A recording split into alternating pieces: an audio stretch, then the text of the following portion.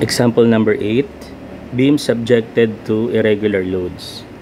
Ang mga common loads na na-encounter natin in practice ay point load, uniformly distributed load or rectangular load, and uniformly varying load or triangular and trapezoidal loads.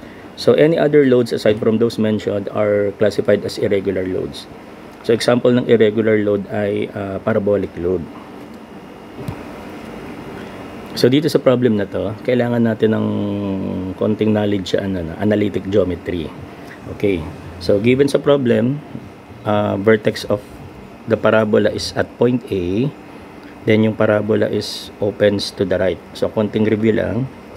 So kapag say yung parabola, yung vertex ng parabola is at the origin and opens to the right, so equation of parabola is y squared equal to positive 4ax. So that y is equal to square root of 4a square root of x. Hindi natin gagamitan ng area moment itong problem na to kasi dahil nga komplikado yung load, expect na natin mas komplikado ang moment diagram or moment by parts diagram. So ang solution natin dito ay integration.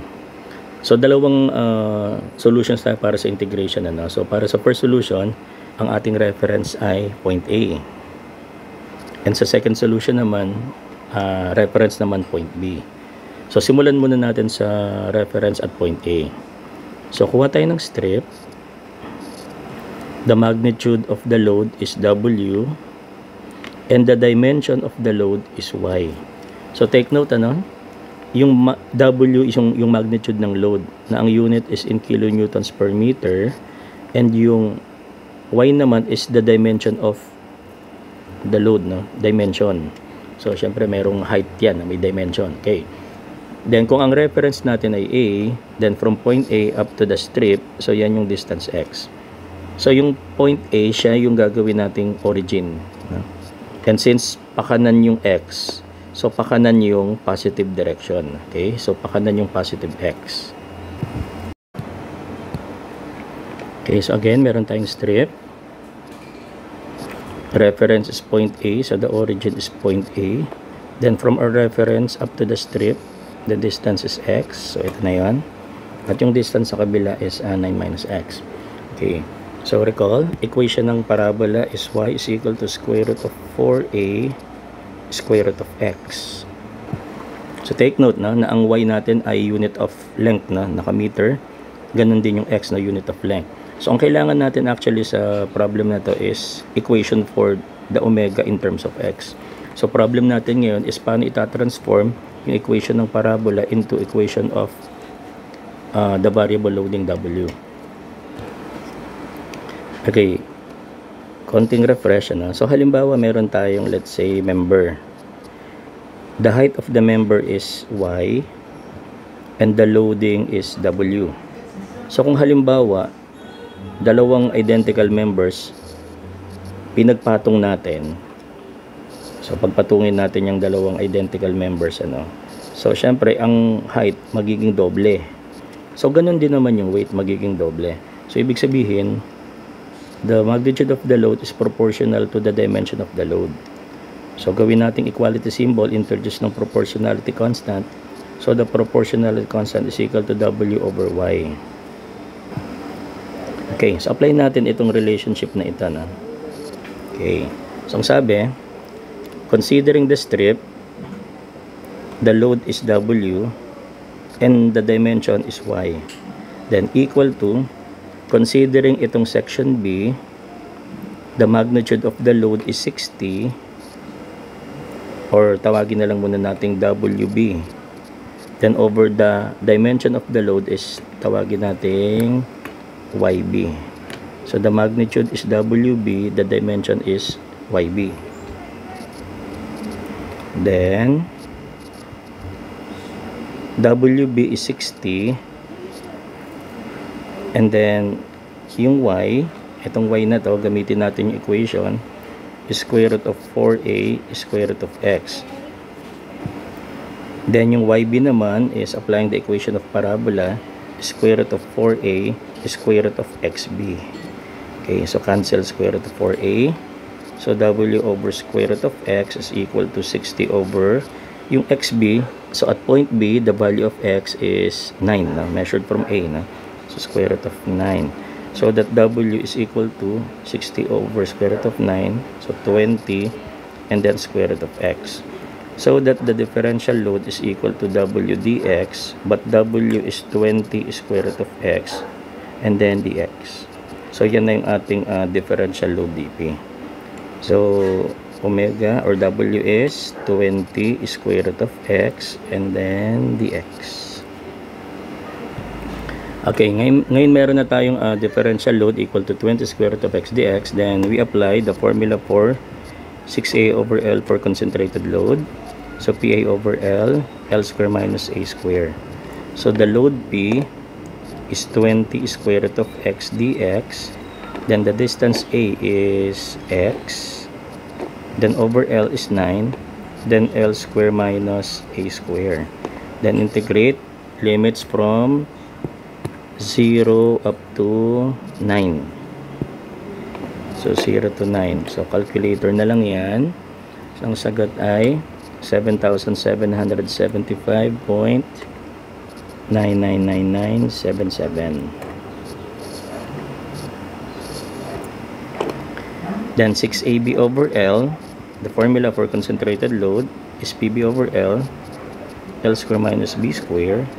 So P is 20 square root of x dx, B is 9 minus x, then over L, then L square minus B square. So integrate limits from 0 to 9. So calculator, answer is 7,220.571427.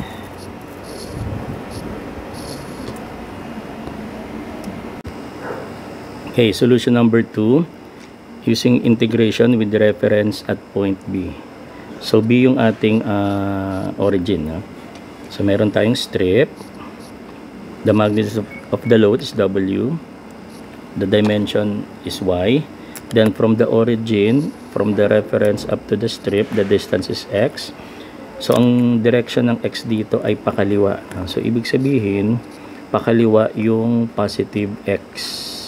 Okay, hindi tayo nasanay na ang positive ay pakaliwa, Ang nakasanayan natin yung positive ay nasa kanan or pakanan, di ba? So dito dahil ang positive x ay pakaliwa, so ang coordinates ng point A is, take note, positive 9, 0. The next, kailangan natin ngayon ay equation ng parabola. So property ng parabola, vertex is at 9, 0. Then opening ng parabola is towards the negative side na. So horizontal parabola towards the negative x, So ang applying knowledge natin sa analytic geometry, so equation ng parabola, horizontal parabola opening to the negative x is y minus k square equal to negative 4a x minus h. Then substitute natin yung vertex, k is 0, h is 9, then simplify, y square equal to, yung negative i-distribute natin sa parenthesis. So ito na, so yan ay ating equation ng parabola. So that y is equal to square root of 4a square root of 9 minus x. Property, k is equal to w over y. So the load is proportional to the dimension. So for the strip, the load is w and the dimension is y. Then equal to, so constant is k, So equal to, so considering section B,